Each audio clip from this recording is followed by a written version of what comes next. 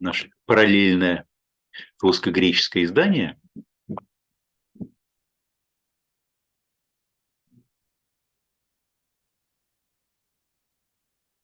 И давайте, как это было у нас в прошлый раз, Ирина, попросим вас читать по-гречески, стих за стихом потихонечку. Ирина, вы с нами?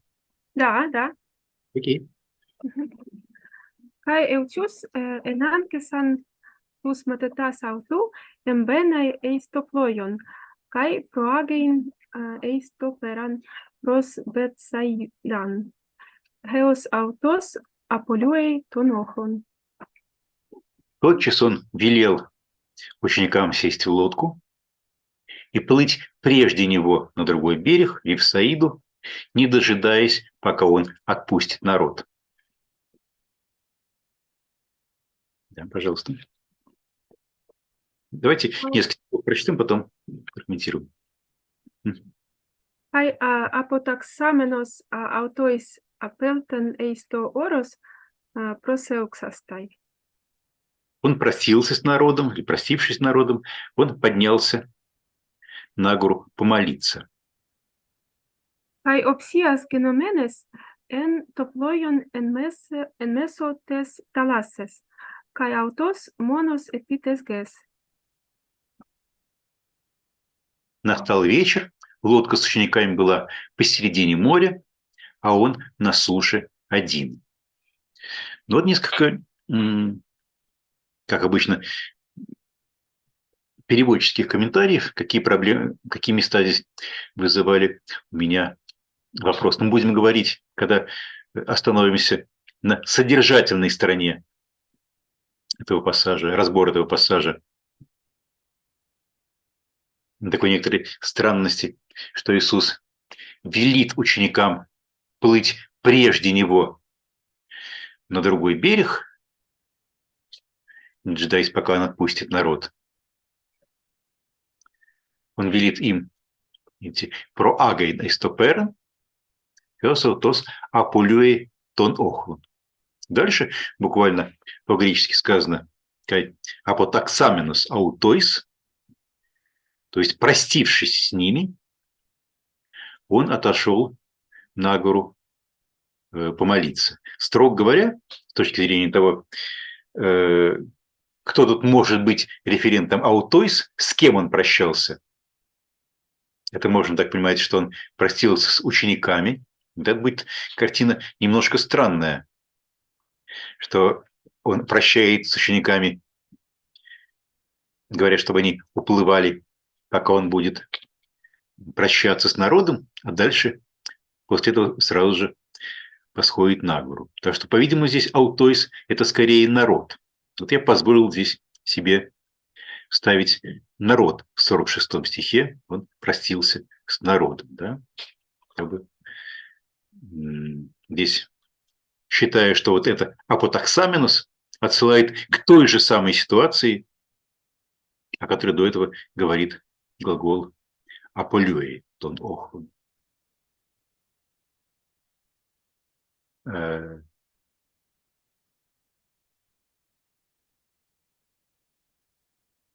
The question that I raised. Я понимал, I think. Yes. Well, so, I mean, I think that the purpose of this is to set up, to prepare for the actual miracle, right? So Jesus has to be separated from the disciples on the sea, and then he's going to come across on the water. So, I mean, it's a somewhat awkward way of preparing for that, but that's the way I would see it, you know, that it's to set up the miracle, set up the situation. Yeah, but my question that I wanted to discuss was more prosaic and referring to the practical grammatical question. who is the reference? Who is the reference of this autois? Is this the reference to the disciples whom he asked to go to another side of the sea, or the ochlos? I understood that this apotaxamenos refers to the same situation as apolluei before this. And following this exegesis, I translated this as «он простился с народом». Не он простился с ними, что подразумевало бы по-русски, на самом деле, скорее апостол, сколько он простился с народом. Okay? Yeah, I think that's correct, you know, because the disciples are already in the boat on the sea, right? And Jesus has stayed behind. And I mean, it is strange because I don't think there's any other case where he has to say goodbye to the crowd, you know, where he has to dismiss them. You know, what is that? Is that a formal ceremony? You know, go with God. But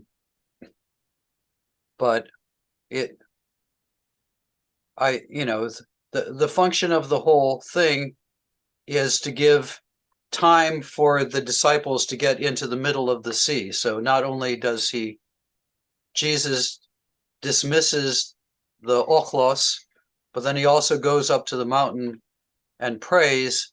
So by the time he's finished praying, the disciples in their boat are in the middle of the sea. And meso tes thalases in verse 47. So I think that's an attempt to give the disciples time to get and meso tes thalases.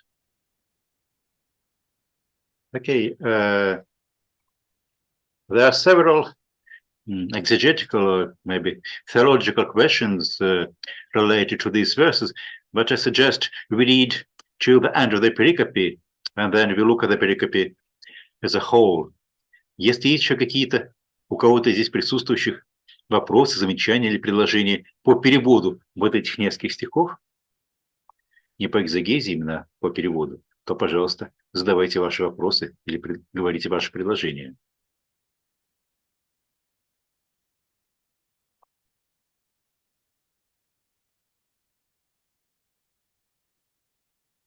Окей.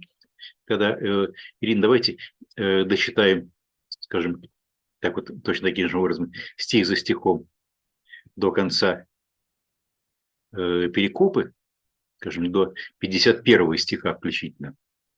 И тогда уже заговорим про перикопу в целом. Kai idon autus basanizomenus ento elaunein, engar ho animos enantios autois, perite tarten phylakhen tes nuktos, erchetai pros autus, peripaton epites talasses, kai etelen pareltein autus. Hoide idontes auton epites talasses, peripatunta, edoxan hoti fantas maestin, kai anekraxan. Fantes gar auton eidon, kai etarachtesan, hode eutius elalesen metauton, kai lege autois, tarseite egoemi mephobeiste, kai anebe pros autus eistoploion, kai ecopasen ho animos, kai lian ekpirisu en heautois existanto. Окей.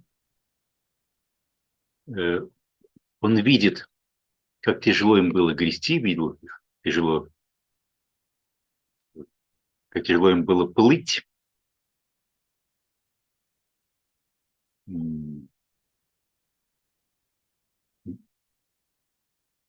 Конечно, мы не очень ясно понимаем, что здесь имеется в виду под энтой лаунаим, плыли ли они под парусами, но, наверное, гребли, если говорится, что энгархо анемос энантиос, то есть идти против встречного ветра можно, очевидно, только на веслах. И тогда, в 4-ю стражу ночи,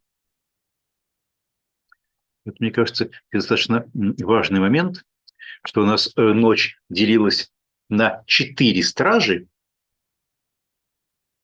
на 4 периода, которые отдельная команда ночных стражей была ответственна. И 4-я стража – это, соответственно, у нас получается последняя стража ночи, да? То есть у нас вся сцена начинается с вечера, да? Настал вечер, лодка с учениками была посреди моря, а приходит к ним уже, когда начинается последняя, 4-я часть ночи. То есть как минимум 3/4 ночи, собственно говоря, почти всю ночь, они здесь без Иисуса одни. Да? Ночь они проводят одни и борются с противным ветром. Да? Я думаю, это очень существенно для понимания символики всей этой перикопы. Вот уже на исходе ночи, перед этартно филокентос нюктос, он приходит к ним, идя по морю, и уже собирался пройти с ними рядом. Это тоже, может быть, словом, которым нам как-то стоит остановиться и задуматься, потому что по логике вещей, если речь шла о том, что он должен был их догнать, то и дальше мы читаем про то, что он вошел к ним в лодку, то это не должно было быть обозначено греческим глаголом парерхумай, пройти мимо. То есть действительно буквально получается, что он собирается пройти с ними рядом или миновать их. Учитывая, что очень весь этот рассказ символически нагружен, возможно, стоит задуматься, почему именно этот глагол, буквально означающий пройти мимо, миновать, был здесь выбран в этом месте перикопы. Когда они увидели, что он идет по морю, то они подумали, что это призрак, и закричали. Вот дальше, как я уже говорил, у нас очень часто у Марка встречаются такие поясняющие предложения, которые вводятся у нас союзом гар. Да? Пантас гаротон эйдон. Вот я для себя решил их в своем переводе отмечать скобочками. Да?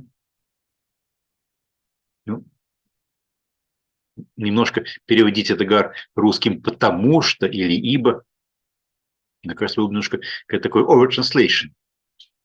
Смысл в том, что эта гар даже не столько обязательно будет именно причину, сколько будет какой-то дополнительный бэкграунд, который нужен для понимания ситуации читателям и слушателям. Но он тотчас заговорил с ними и сказал: ободритесь, это я, не бойтесь. Он вошел к ним в лодку, да, то есть, получается, вначале он собирался пройти с ними рядом, и только после того, как они подумали, что это призрак, и закричали: «Анебе прос аутус». Пошел к ним в лодку, и ветер стих. Ученики были вне себя от изумления. I think it's clear that the whole scene is a symbolic one. Yeah, I agree. Take into account that the setting is the night. The scene starts in the evening before night began. And then Jesus reaches his disciples already in the 4th quarter of the night. This means that almost the whole night they were alone and they were trying to cross the sea, but the wind was against them. And then he reaches them, and there are two moments that at least caught my eye, and I wanted to think about the concrete meaning of these words or images. That's the verb par erchomai here, because it would be quite natural for Jesus just to get into the boat when he reaches them. But it seems that the Greek text says something completely different. He wanted to go further. Yes. Well, I do think it's a symbolic passage, and that Mark's readers would see themselves in the situation of the disciples, struggling to make it in the storm of persecution. And Jesus comes to them just at the point where night is beginning to give way to light. It somewhat looks forward to the scene at the tomb at the beginning of chapter 16, where he comes also, just as it's starting to get light. And I think, and you probably thought of this yourself, that there are also Old Testament echoes, and especially of the theophany in Exodus 33. Wait a second, I'll show the screen.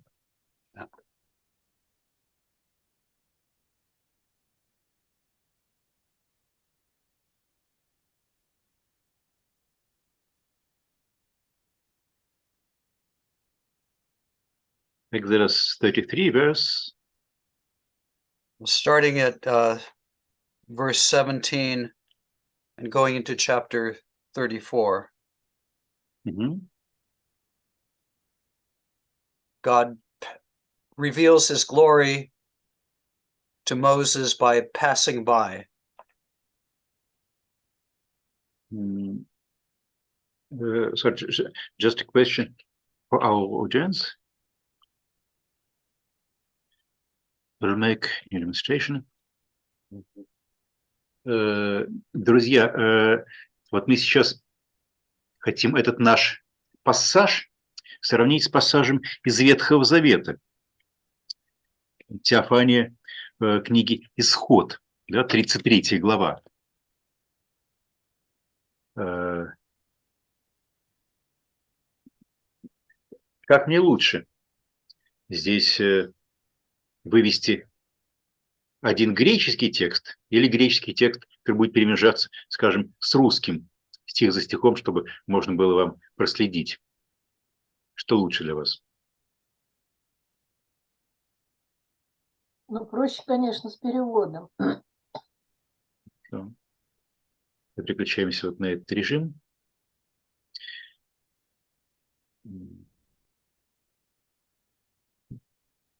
Я на секунду должен сейчас случиться. Простите меня.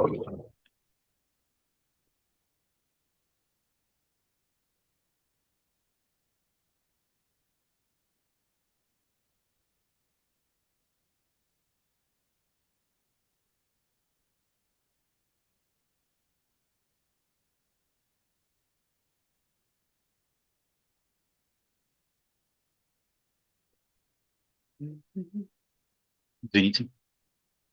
Давайте почитаем тогда вместе с Джоэлем вот тот текст, который Джоэль упомянул, да? Joel, are you with us? Yes. Should we start with reading Exodus chapter 33? Maybe open it in Russian or in English in order for us to quickly look at the essence. And then we'll switch back to the Greek when we come to the keywords.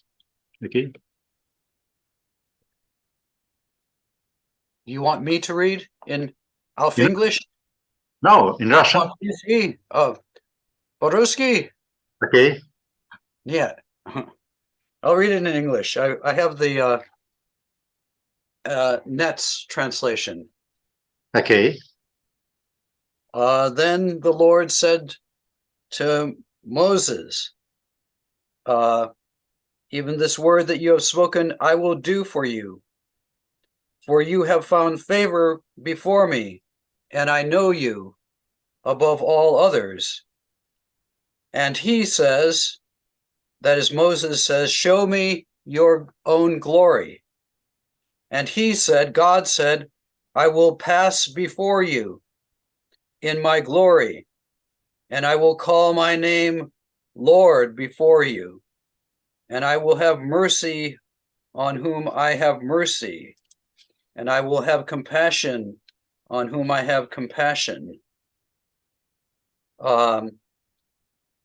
And he said, you shall not be able to see my face, for a person shall never see my face and live. And the Lord said, look, a place is near me. You shall stand on the rock.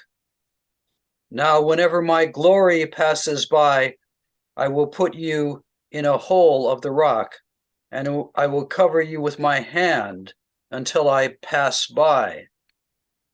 And I will take my hand away, and then you shall see my back parts, but my face will not appear to you. Thank you, Joel. Joel read New English translation of the Septuagint, because if we try to look for Old Testament parallels to the pericope of Mark that we're just looking at and studying, then the Septuagint itself, or the close word-to-word translation of the Septuagint, would be more useful. So we just looked at the whole picture. Let's look at the Greek verses, which are especially important for us. Joel, you want to draw our attention to Exodus 33:19, yeah? Yeah, I think that's the first time where the word appears, and then it appears several more times. Several more times. We're just looking. Там, где у нас в еврейском тексте написано, что Бог говорит: я проведу всю славу мою или все добро мое пред лицом твоим.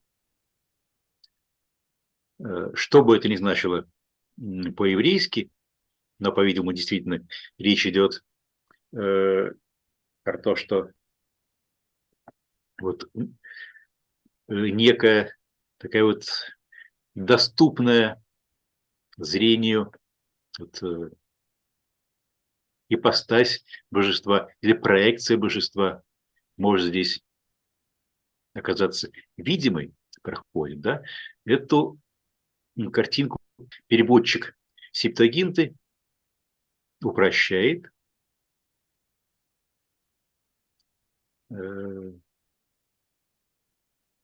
Я параллельсумой, протерессу. Я пройду, как бы пройду мимо тебя, да? Тот же самый глагол парерхумай, форму которого мы встречаем здесь вот в нашем повествовании от Марка.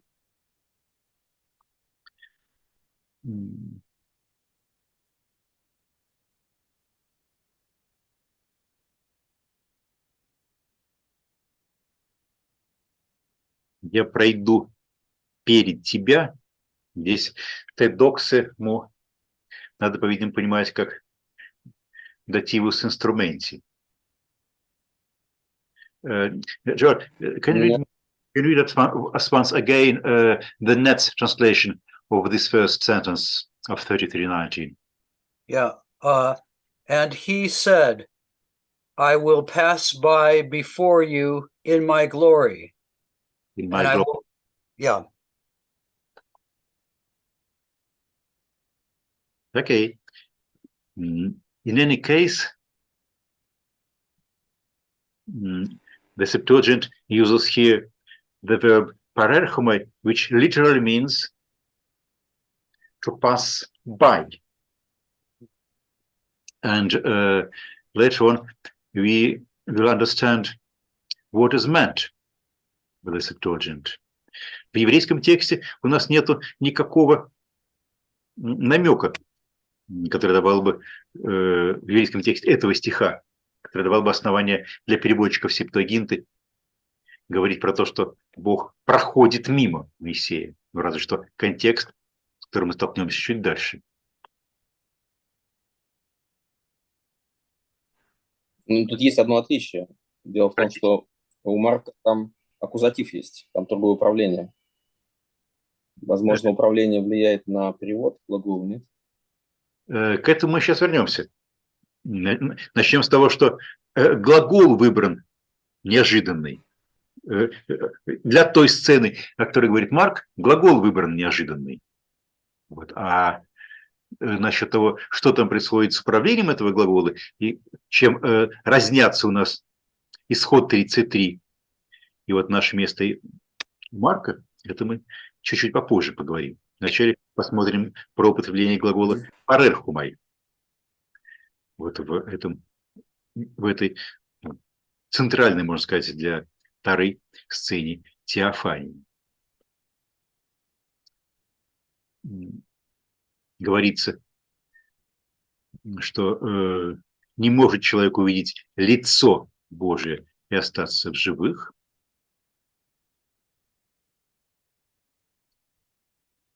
И это, хотя вот в еврейском тексте на уровне глагола нет никакого объяснения для греческого парерхумай, но на уровне контекста понятно, поскольку не может человек увидеть лицо Бога и остаться в живых, то он пройдет мимо, парелте мугайдокса, пройдет мимо слава моя, то есть вот некоторая такая доступная лицезрению ипостась моя, я закрою тебя рукой моей, пока я не пройду. То есть пока будет опасность, что ты можешь увидеть мое лицо, то место, та расселена, где ты будешь находиться, будет прикрыто рукой. А вот когда я пройду, то ты сможешь меня увидеть, но не лицом к лицу. Внутри еврейского текста это тоже, конечно, очень интересное место. Похоже, что вот его автор пытался сочетать две разные концепции, два разных представления. Одно представление о том, что была теофания, и Моисей видел Бога. Другая концепция, другое представление о том, что не может человек видеть Бога лицом к лицу и при этом остаться в живых. Спрашивается, как же тогда мог Моисей увидеть Бога? И вот такая несколько неожиданное решение. Моисей увидел Бога, но не лицом к лицу. В этом контексте становится понятным, почему и зачем у нас здесь употреблен трижды, если мне память не изменяет, на протяжении этой маленькой перекопки из Ветхого Завета, глагол парерхумай, Бог проходит мимо Моисея, чтобы Моисей его увидел, но не лицом к лицу.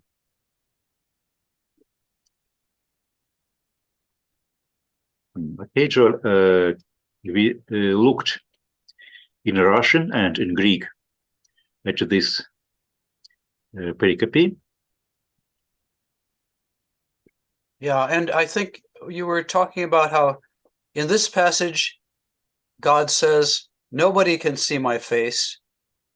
But in another passage, Moses did see God face to face, right? So there's clashes in the tradition. And you know, the passage was so influential, it's later, it is reworked in the Elijah story, right? There's a similar, you know, passing by of God before Elijah in 1 Kings chapter 19. And then I noted in my commentary that par erchomai is even inserted into passages in the Septuagint where it isn't there in the Masoretic text. There avar is not there. Wait a second. Let's first look at the passages in first Elijah's 1 Kings chapter 19, verses 11 to 13. Wait a second.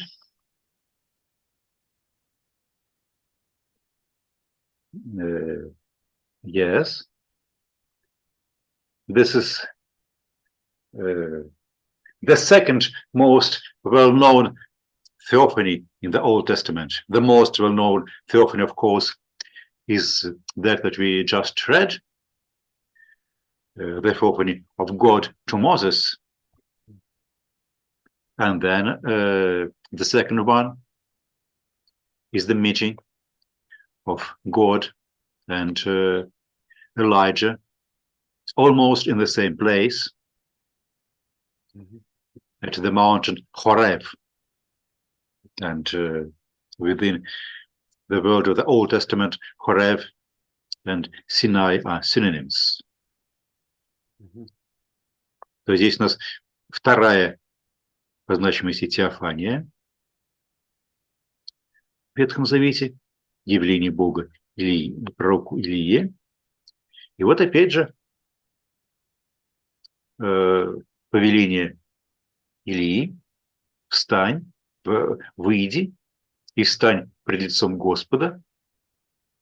И вот Господь пройдет мимо тебя. Да? И сильный ветер, который сокрушает горы и сокрушает скалы пред лицом Бога. Ветер, дух, веяние. Мы знаем, что греческое пневмо, как и еврейское слово руах, самые разные может передавать значения внутри этого диапазона. И не в этом ветре, который сокрушает скалы, Господь, а за этим ветром в этой буре землетрясение, и не в землетрясении Господь. После землетрясения огонь, но не в огне Господь, а после этого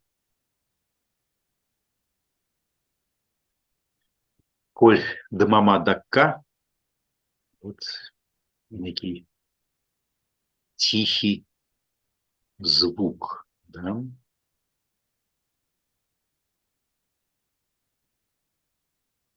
Оная аура слептес, веяние тихого ветра, как это пишет русский перевод стандартный. Вот и в нем Господь. То есть у нас действительно явным образом рассказ о явлении Бога Илии был во многом смоделирован, по-видимому, уже существовавшему к этому моменту рассказу о том, как Бог является Моисею. И оттуда же у нас вот берется этот глагол «паралевсетай кюриос». Да?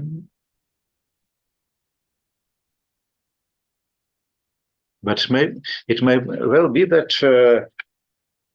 though the idea that human being cannot see God face to face is not explicitly mentioned here in the scene of theophany to Elijah, but still this idea that God passes by, that he has passed by, is somehow reflected in this picture of strong wind and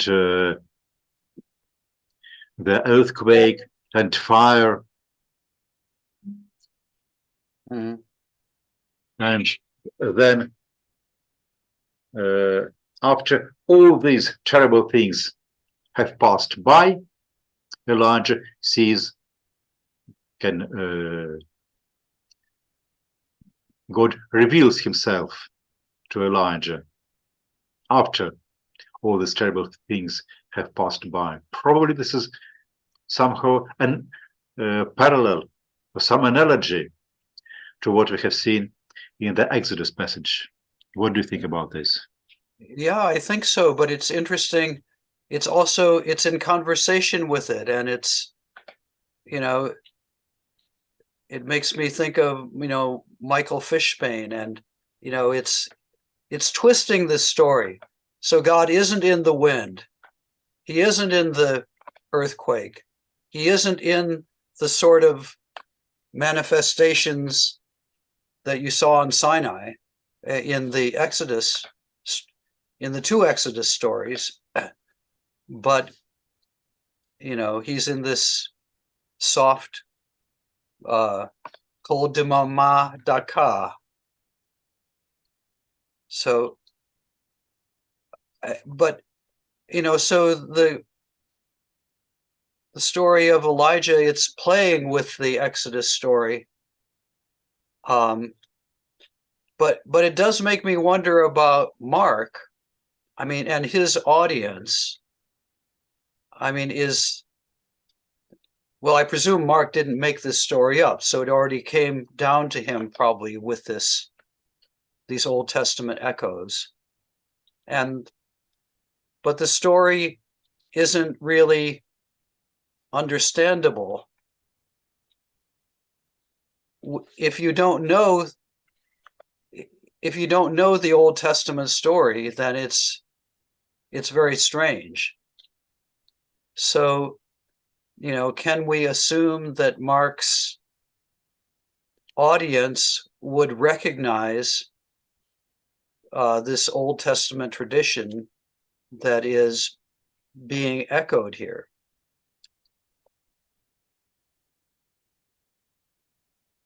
It's and, good.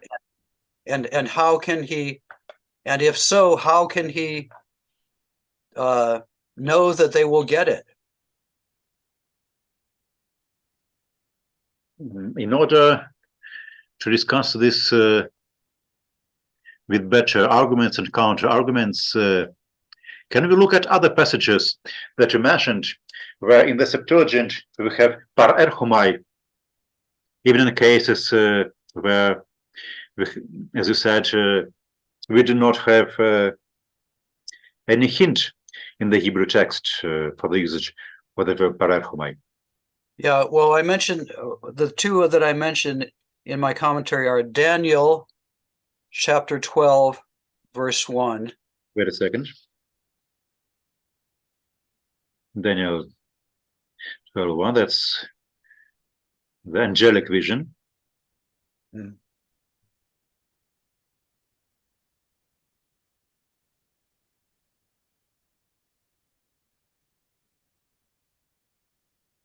Ya'amod, in the Hebrew, it's Ya'amod,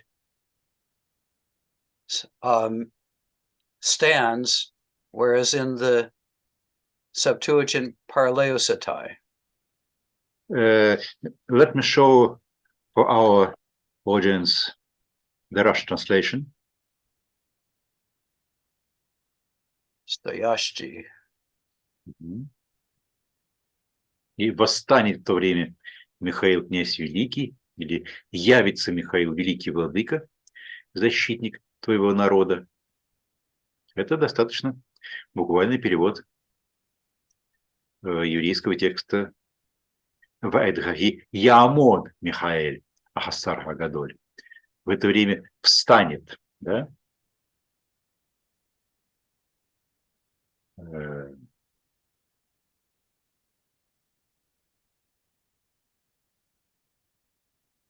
Более поздняя версия греческого Даниила, так называемая феодосионова версия греческого Даниила, которая стремится сделать перевод книги Даниила чуть-чуть поближе к еврейскому тексту, каким он был в этот момент, когда переводился так называемый феодосионов Даниил. Переводит это еврейское «яамод» глаголом «анастесетай», встанет, подымется.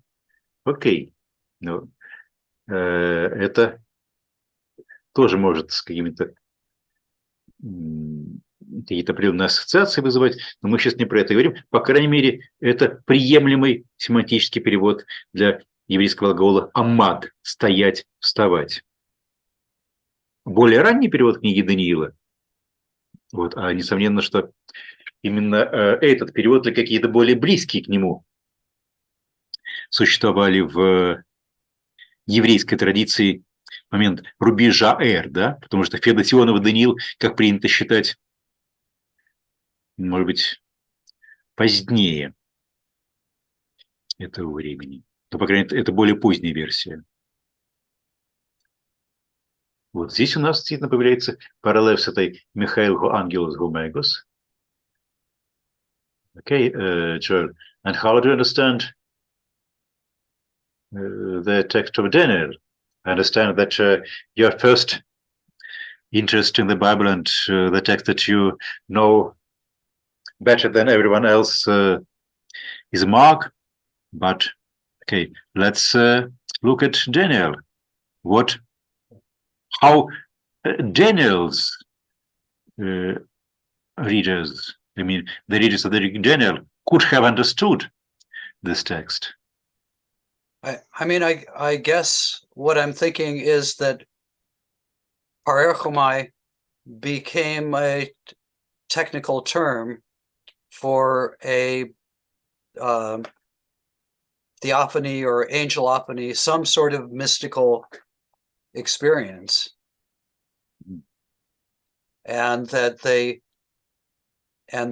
I guess, maybe the translator and some of the readers would recognize that, again, this is echoing Moses' experience and Elijah's experience, that it's, this is a term that brings up those sort of associations with very important revelations. Один очень важный момент. Давайте еще раз посмотрим на русский перевод еврейского текста. Но будем считать, что Феодосионов Даниил примерно это же все и передает. Тогда восстанет или явится, или встанет Михаил, князь великий, стоящий из сынов народа твоего. И наступит время тяжкое, какого не бывало. Но подразумевается, что Михаил здесь будет стоять за народ Божий. Могу я просить кого-нибудь, например, из наших присутствующих здесь филологов-классиков, просто буквально перевести, что же у нас в старом греческом переводе Даниила сказано, в этом более раннем, до Феодосионовском, не Феодосионовском. It's interesting here. I mean, this verse is, it's talking about the time of tribulation, and the phrasing here, Mark picks up in chapter 13, the stuff about heos tes hemeras ekenes, flips hemera flipseos hoya uk egenethe afu egenethe san heos tes hemeras ekenes. That's Mark picks that up in chapter 13. Such tribulation as has never been. You mean these words that are quoted almost word by word in Mark when we speak about when we hear about the last times. Correct. Yeah. Let's see. I told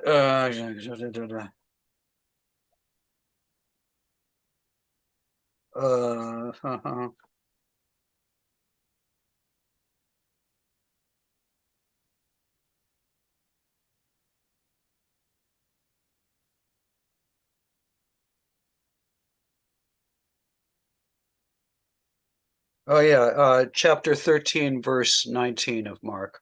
Wait a second, it's Yeah. very interesting. Yeah.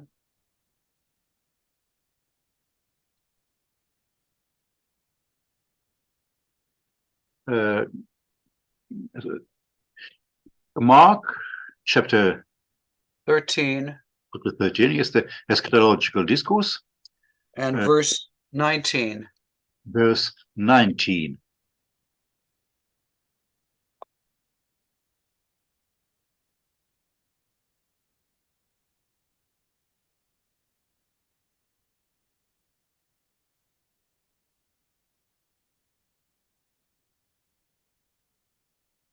I have put all these texts on one page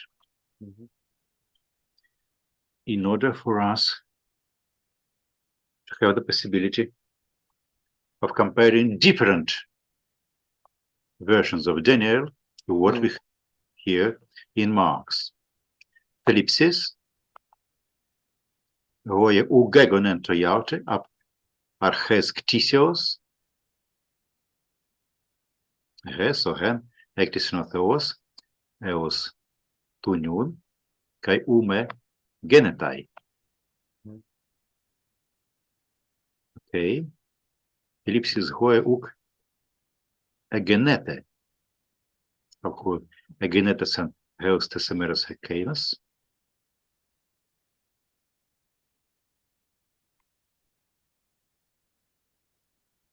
Ellipsis voje ugegonen abhu genetete ethnos epites ges. Eos tukairu hekeino. Okay, you have three versions of the same expression. It would be interesting to look at them in order to ask ourselves whether Mark's wording is closer to Theodosian Daniel or to pre-Theodosian Daniel. Yeah, I think maybe it's the Theodosian one. Is closer. You mean the usage of perfect? Yeah. Thlipsis hoya u gegonen. Oh well, oh yeah. I mean the other one is u egenethe.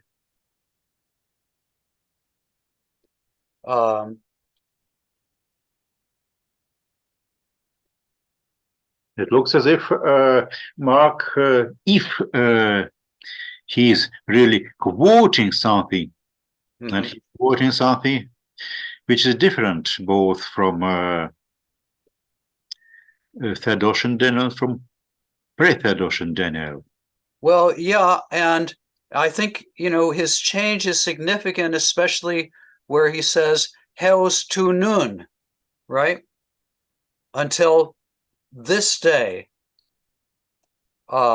Whereas in the Daniel text, it's until that day, because they're talking about, they're interpreting an eschatological vision.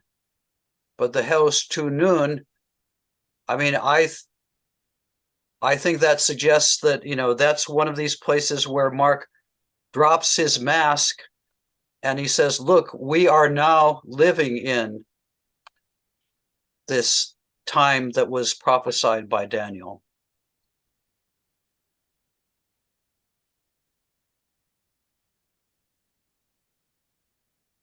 instead of until that day, it's until now.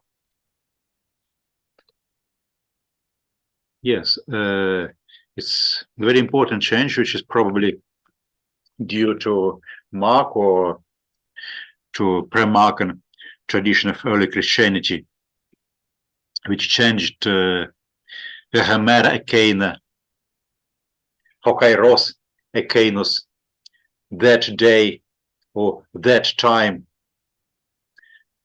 which in the eschatological discourse of Daniel is understood as sometime in the future. But here, this future, this eschatological future, has already come. Heos tunum. Yeah. Yes, this is the change that most probably occurred in the early Christian tradition, and it's very important for our analysis of the self-understanding of the early Christian community. We are living in the last times. The other thing that was interesting for me is the difference, the attempt to understand which version is closer. In Mark,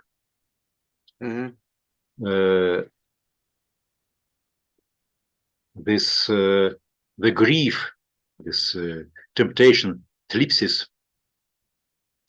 is so great that there were no thlipsis of that kind aparches ktisios and ektisin hotos from the beginning of creation. In Daniel Theodotion, the picture is very much different. Not the creation, but at the time when Gegeneta ethnos, Peter's guess. Yeah, it's national. It's national rather than cosmic. Yes, national rather than cosmic. While the early translation of Daniel, who Genetes son, seems to be very indecisive whether ethnos or cosmos is being meant. In fact, we do not have any subject with this Genetes son. Yeah, it's interesting. Yeah. You may propose different versions. Yeah, I mean, yeah, the people maybe, because it's a plural, right? But this might be different things as well.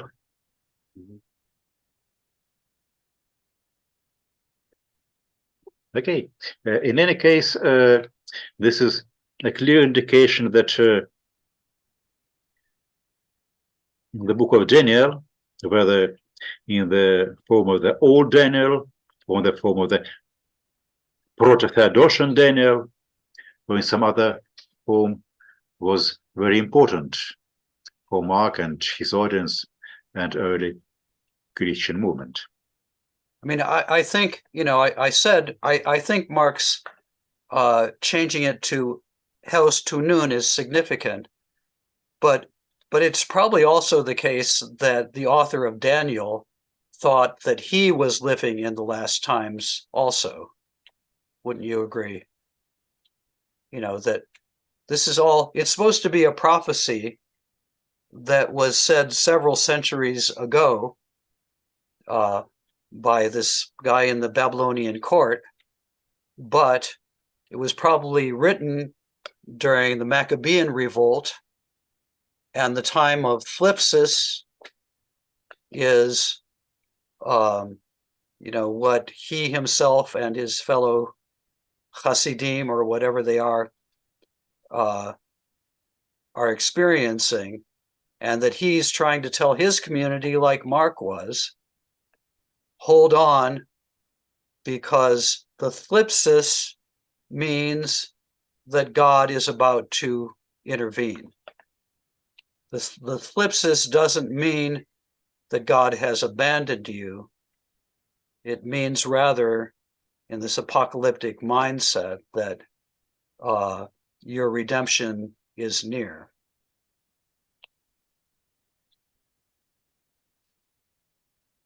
Yes.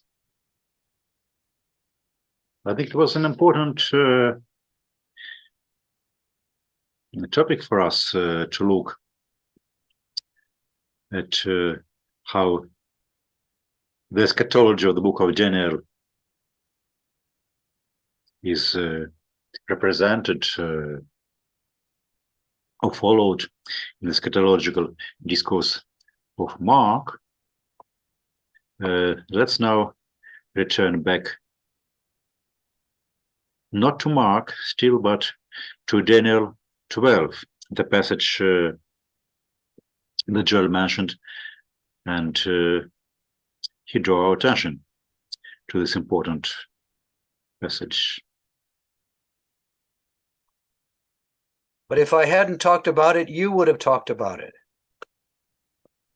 Yes, probably, but I think that it's very important for all of us to look at the Old Testament association, the Old Testament background of these passages.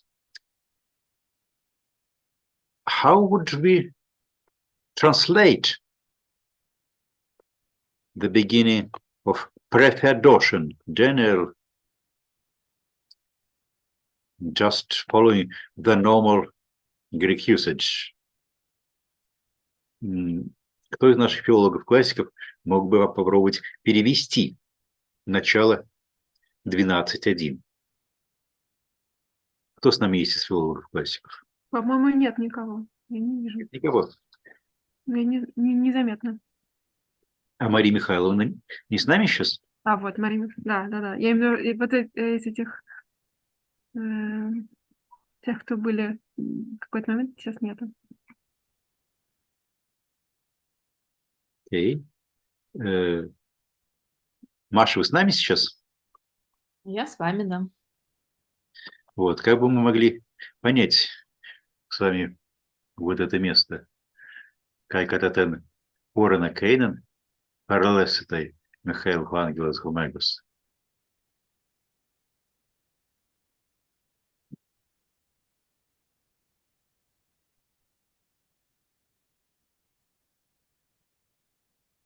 Ну, тут вроде не сложно.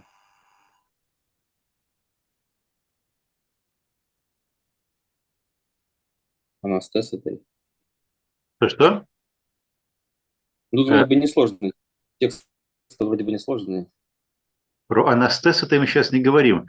У анастез-то есть свои любопытные вещи, но они нас сейчас не важны. Нас интересует параллеситой. Видимо, тоже пройдет. Пройдет. Вот я думаю, поскольку дальше... В значении каком-то типа называется, придет. Может быть, в таком значении скорее. Пройдет значение и придет, да? Подойдет ближе. Мы же знаем, что пора с одушевленными предметами ведет себя необычно. Он означает не мимо, а к. И, возможно, приставочный глагол, он, может быть, сохраняет ту же самую особенность. То есть не пройдет мимо, а придет. Особенно если есть аккузатив. Придет, да. Да, есть такое употребление, действительно. Приходить просто куда-то. Но нужен аккузатив, правда. Ну, или предлог направительный. Да, это говорит против такого чтения. Да, то есть это могло пониматься в смысле придет параллеситой, но это не самое нормальное слово для параллеситой. И, возможно, действительно, Джоэль прав, что здесь это возможно, но не самый обычный и стандартный перевод появляется именно потому, что глагол парерхума становится чем-то вроде терминус техникус для теофании и ангелофании.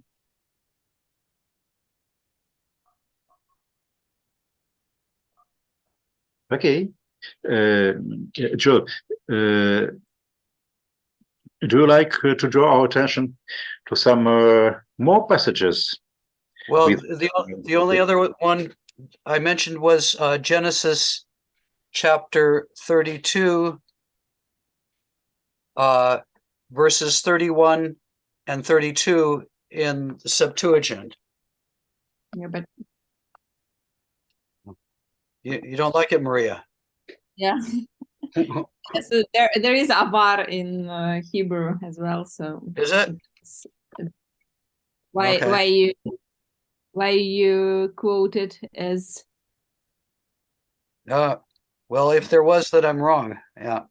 it doesn't look good for me, this example, but we can check it together. Yes, it's also a bit different from other three passages that we looked at now.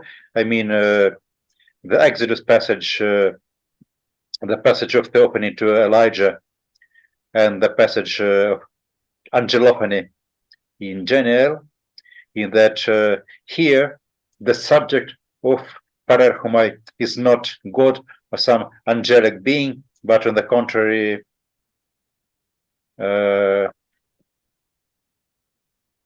Yeah. It's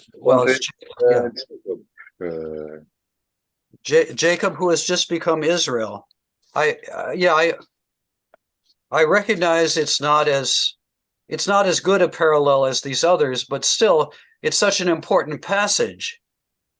And it's a passage that later Jewish thinkers thought about a lot. And it's a passage in which, Jacob gets the name Israel. So I'm not willing to give up on it totally.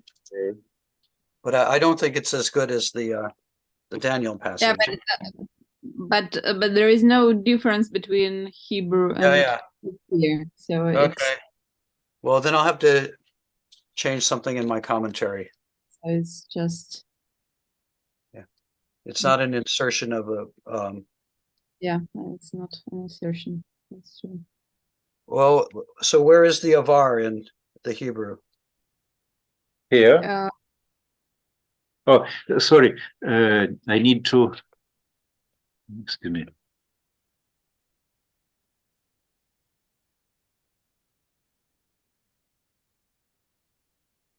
Do you see? Kasher avar. Okay, okay, I see it's there in verse 32.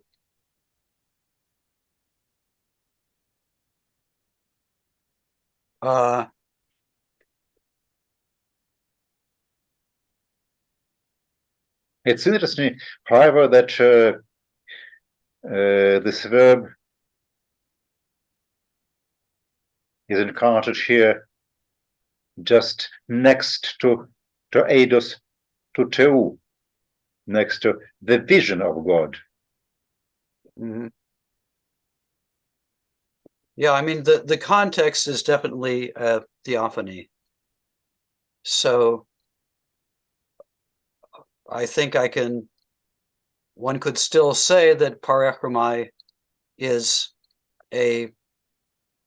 becoming a technical term for maybe for a theophany, even though, as you say, it's not Jacob who reveals himself, but God or the angel or whoever it is that he wrestles with. Yeah,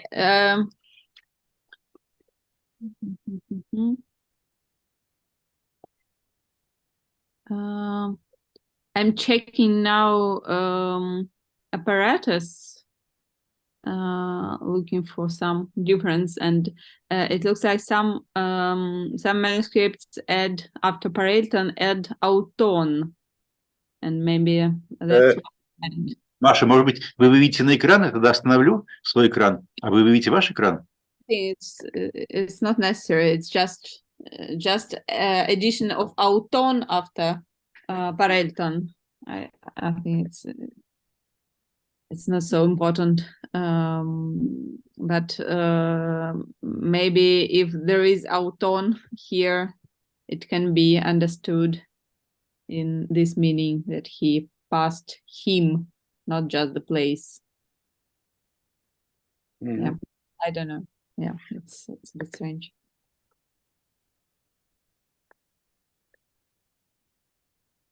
Yeah. Okay, well, thank you. That's Yeah, actually, I if I may, I just wanted to mention different passage, but probably it can be compared and can be interesting in this discussion. When I can show it, when I was writing about Septuagint of Isaiah, I unfortunately I can't show my screen. So, can you give me access, please? Yes.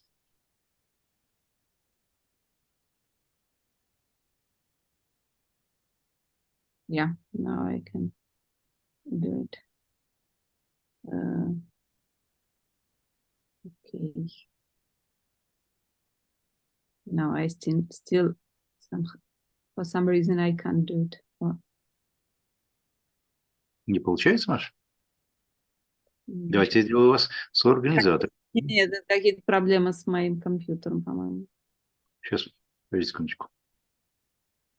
Ладно, мне придется перезаходить.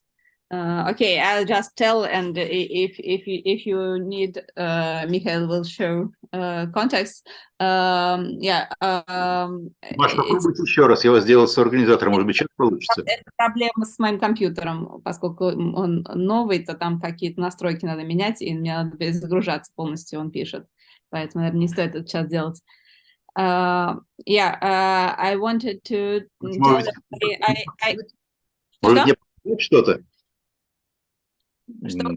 Может, мне показать какой-то текст, вывести на экран тогда от вашего лица? Да, я сейчас я расскажу и покажу тогда. В смысле, что и тогда скажу, что показать. Yeah. Okay. I wanted to tell about my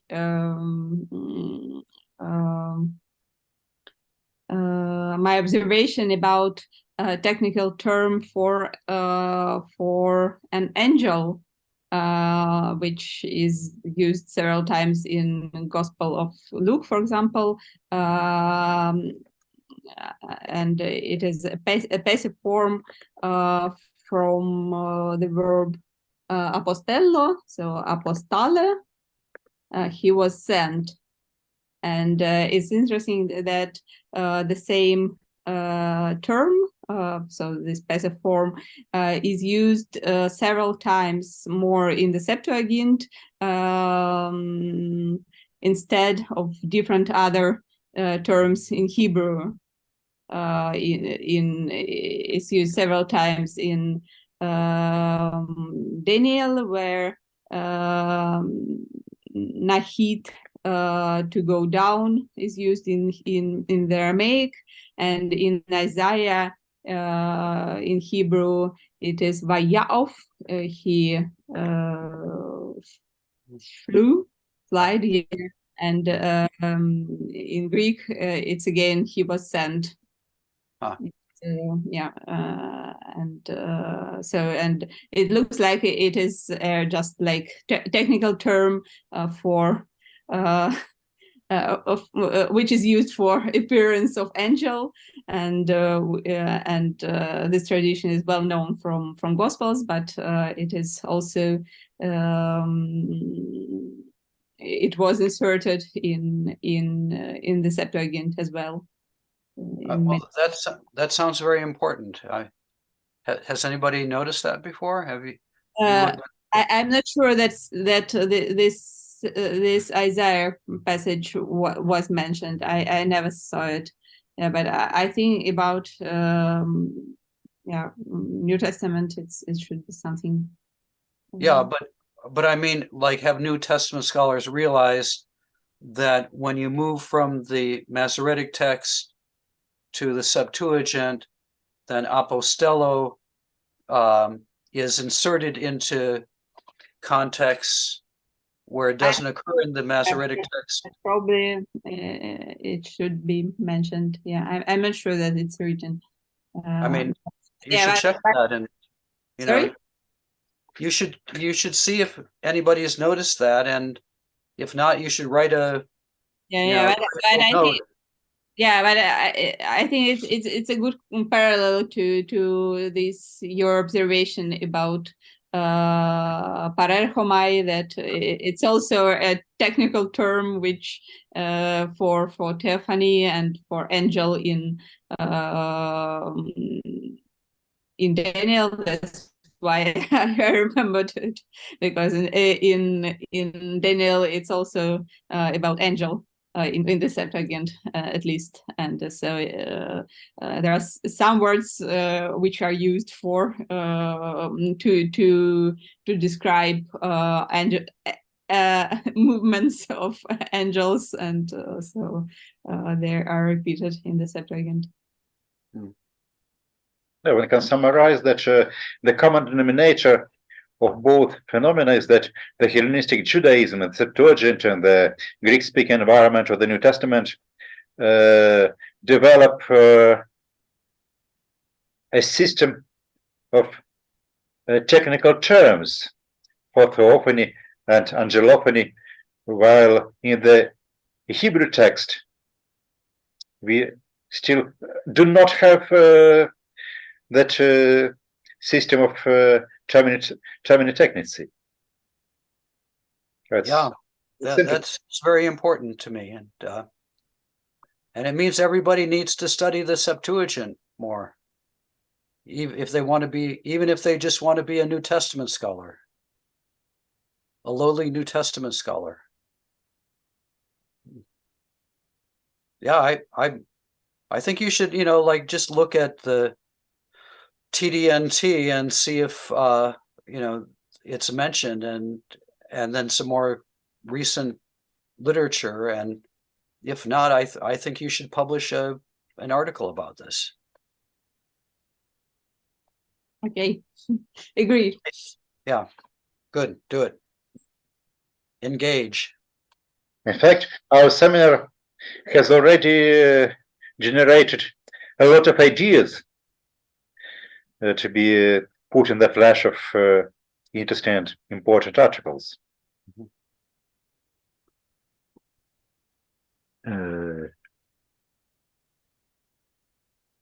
Let's look a bit more at this passage.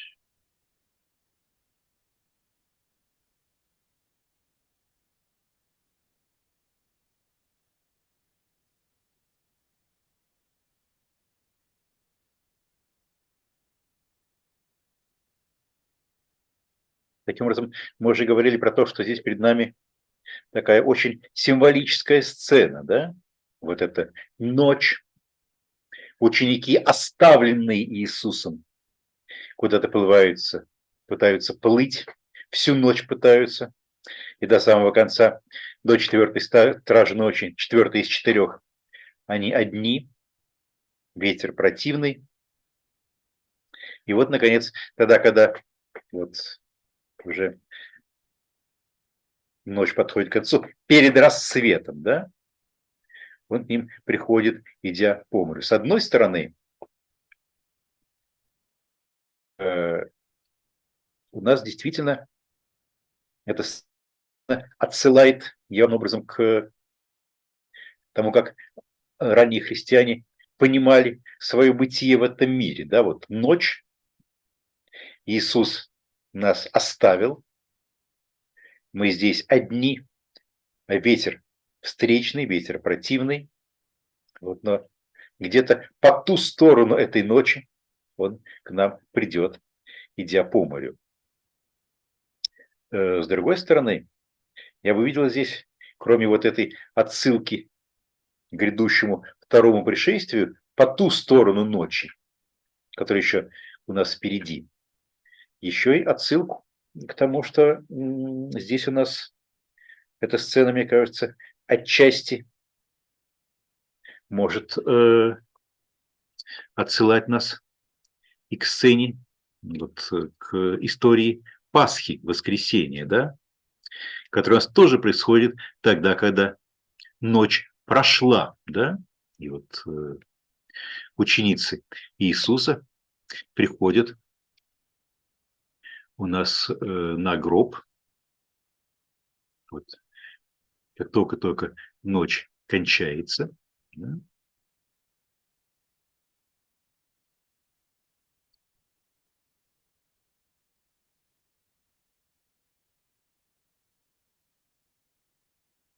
вот, и в какой степени вот это как бы подозрение того, не призрак ли это, можно перекликаться с завершающими строками, завершающими сценами вот Евангелий, да, там, где Иисус должен показывать и доказывать своим ученикам, что он не призрак. Нет здесь тоже какого-то какой-то такой переклички вот с этими сценами.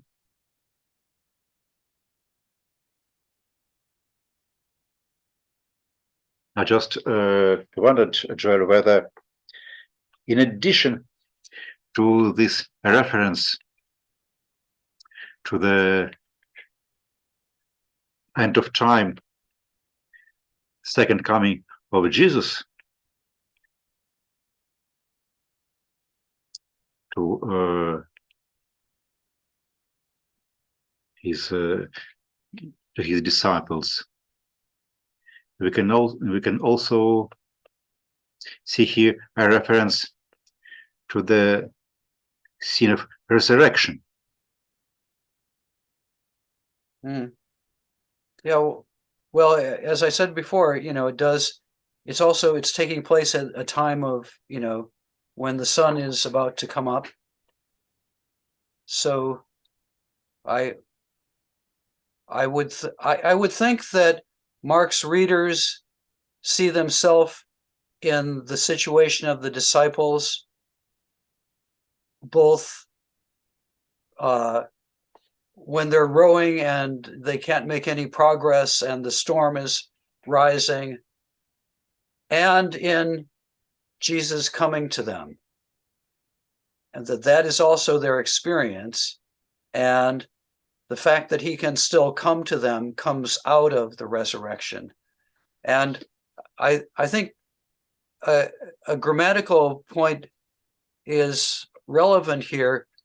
I think most of the verbs, almost all the verbs in the story are aorists, except in verse 48, erchetai.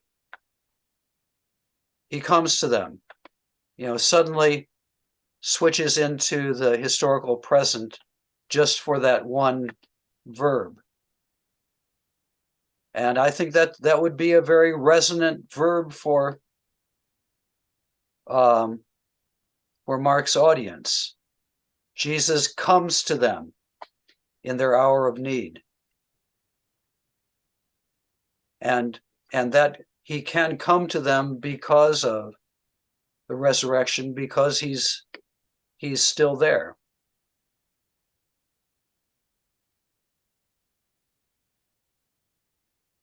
Yes, I would also like to draw our attention to one more parallel within the Gospels, though not within the Gospel of Mark itself, but a striking parallel that I see here with the Gospel of Luke. Let's see.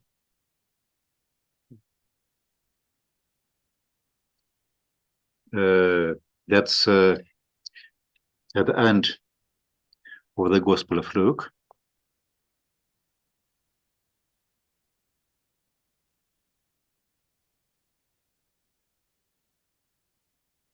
Where Jesus' disciples, including a certain Cleopas, meet Jesus in the way. Wait a second. And then he comes to his disciples in Luke 24:36.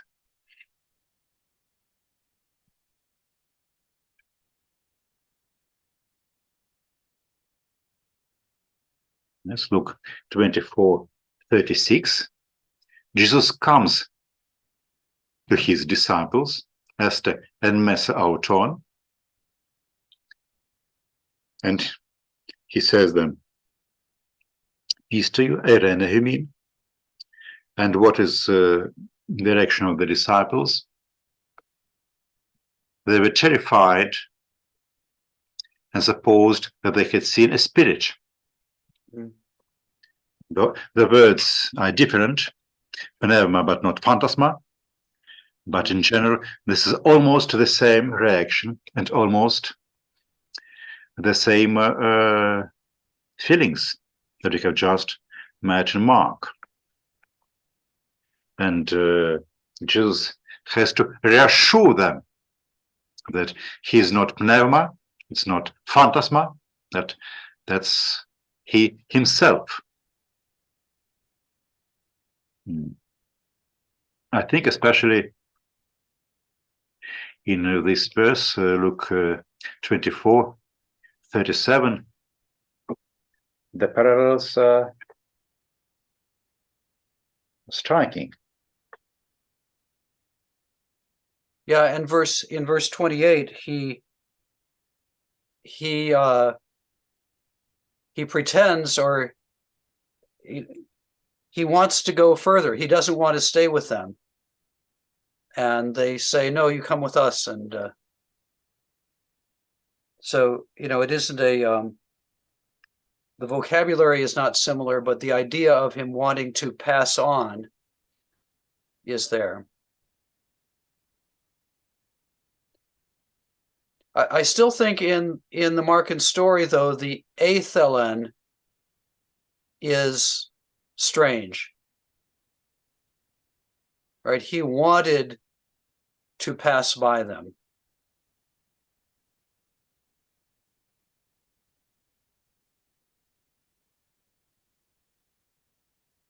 I mean, maybe it's it's part of the story. He's going to pass by, so they cry out so he doesn't pass by. But still, the verb ascribes a desire to him to pass. Athelen paralthane. Wait a second. I'm going to open this place in Luke. Yeah. Yes, that's the very end of the Gospel of Luke. Almost the two last scenes in the Gospel, and one when Jesus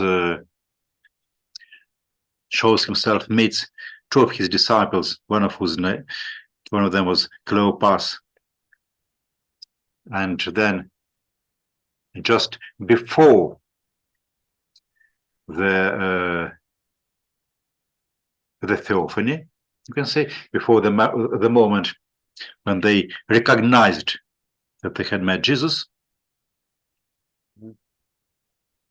he said that they drew up near the village, and Jesus was pretending as though he would have gone to a further place, as though he was going to a further place. Yes? Autos prosepoeito, porotera parevestai. The words are different, but the idea is the same as in our passage, we use the verb parerchomai, and even prosepoieto, he pretended, is close to, quite close to what we meet in Mark. He wanted. Yeah, he wanted to. Yeah, it's still. Yeah, I think the prosepoieto though is less strange than Mark's eithelen.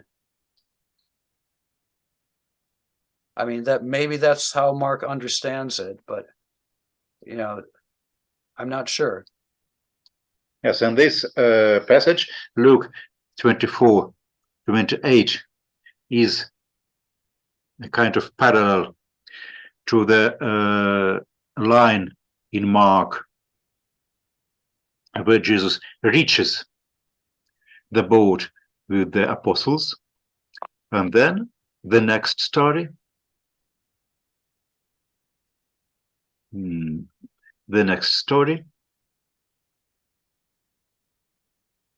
is about Jesus just 10 lines further. Mm-hmm. Yeah. You have a parallel to the story. Sorry.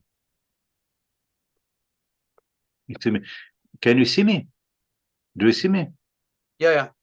Okay. Because something happened with the screen. We see you. We hear you. Thank you. And you can also Experience you. 24:37. Mm-hmm. It seems as though two key verses of these two stories that follow each other in Luke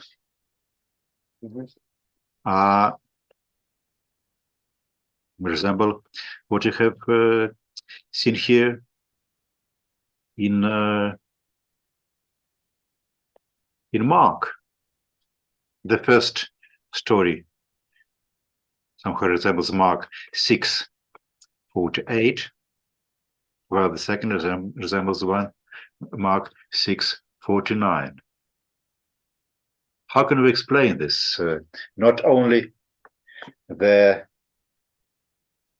parallelism between images, but even the fact that these two parallels occur both in Mark here and in the closing chapters of Luke in the same order. The idea of Jesus passing by, or wanting to pass by, or pretending to pass by, and then the next line, after several lines, the image of disciples that have to be reassured that he's not phantasma or pneuma. Well, yeah, that's very interesting because Luke leaves out this story of the the walking on the water, and it's part of a whole section of Mark that he leaves out, which English-speaking scholars call the Great Omission, right?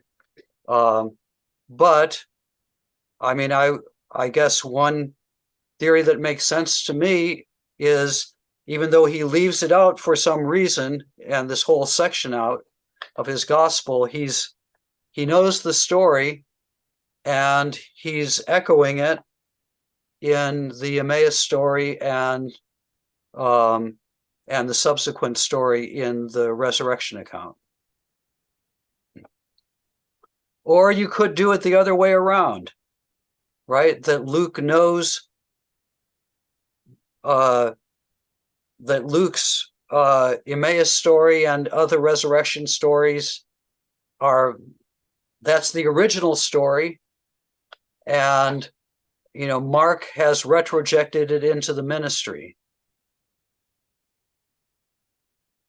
And it's not completely incredible to me that Mark could have done that, because I think you can make a good argument that he did it in the Transfiguration story, that a lot of people have thought the transfiguration story was originally a resurrection story, and that Mark, or the tradition before him, moved it back into the ministry. And another example of the same sort of phenomenon is the story of the what the Germans call Die Reiche Fischfang, you know, the great catch of fishes, which in the Gospel of John is a resurrection story in chapter 21, but in Luke, it's early in the Gospel, and it's a story within Jesus' ministry. It's a very similar story in John and Luke, but in John it's a resurrection story, and in Luke it's a commissioning story for discipleship. And I think a very good argument can be made that it was originally a resurrection story, as in John, and that Luke, or the tradition before him, has moved it back into the ministry. Because, for example, in the story in Luke, Peter says, "Depart from me, Lord, I'm a sinful man." That would make a lot of sense in a story of a resurrection appearance to Peter, who had, a few days before betrayed Jesus.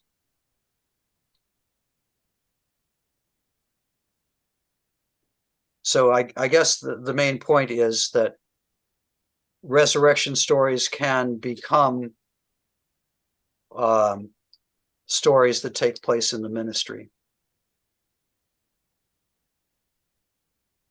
Okay, thank you.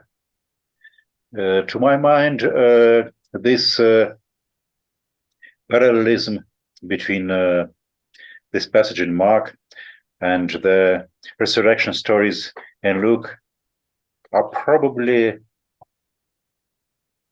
should probably be linked with the phenomenon that you just mentioned, that sometimes in the Gospels we have resurrection stories moved in the time of Jesus' ministry. And in this case, this story of crossing the sea becomes related both to the story of Jesus' resurrection and also to the expectation of his second coming. Так иначе, вот эта история, которую мы сегодня прочли, история того, как Иисус пришел к ученикам и хотел их миновать. Это хотел их миновать, по-видимому, отсылая к Ветхому Завету. Использует какую-то лексику, которая уже становится в греческом языке этого времени техническим термином для того, чтобы обозначать теофанию или ангелофанию, что является одновременно отсылкой к ожиданию второго пришествия по ту сторону той ночи, через которую, вопреки противному ветру, плывут ученики Иисуса. И одновременно отсылкой к сцене воскресения. Вот с этими удивительными перекличками, наиболее буквальными, с историями о воскресении у Луки. Можно я еще спрошу? Конечно. Я хотела спросить, нельзя ли вот это «хотел» связать с первой главой, где тоже желание присутствует в сцене исцеления.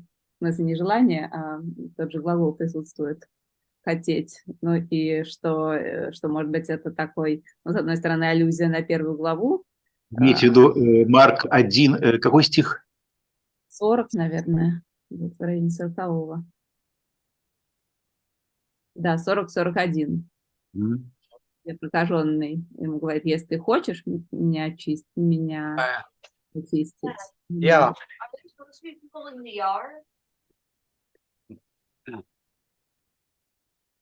Ну, то есть, что это такое желание, в смысле, желание совершить чудо. И, соответственно, тогда он хотел пройти мимо них, в смысле, что он, так сказать, хотел им перформанс устроить.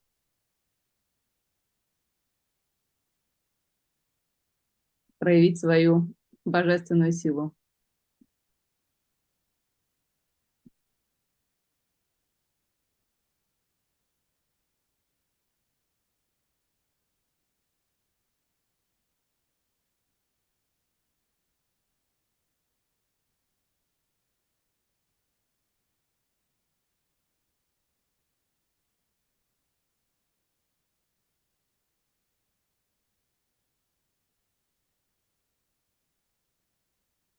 Maybe.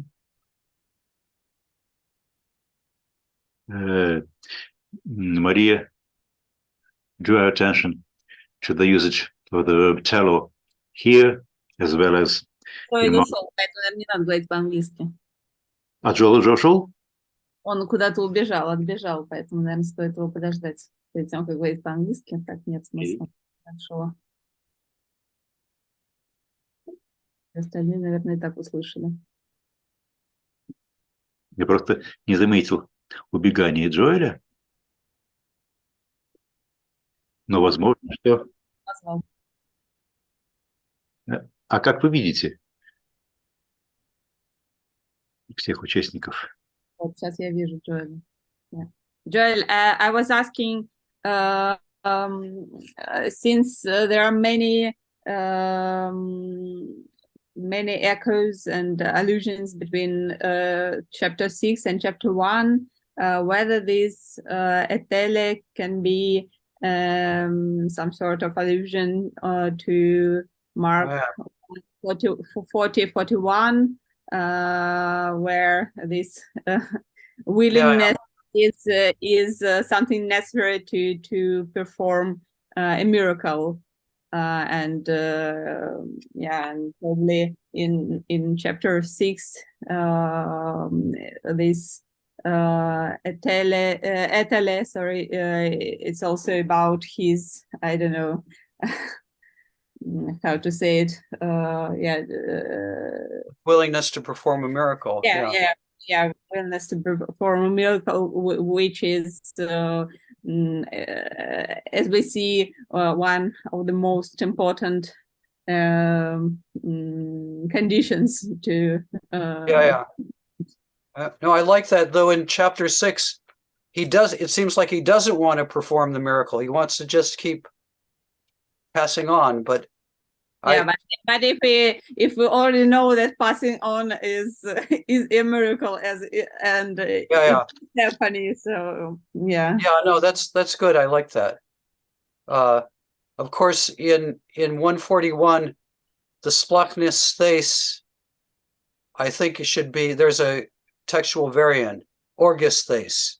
Yeah. Angry, which I prefer, but that's interesting.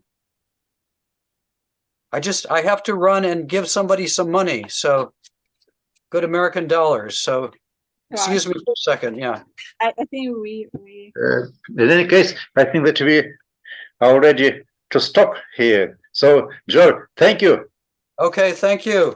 And we meet Thursday. Cheerio. See you. Thanks. See you. Спасибо всем, кто был с нами сегодня.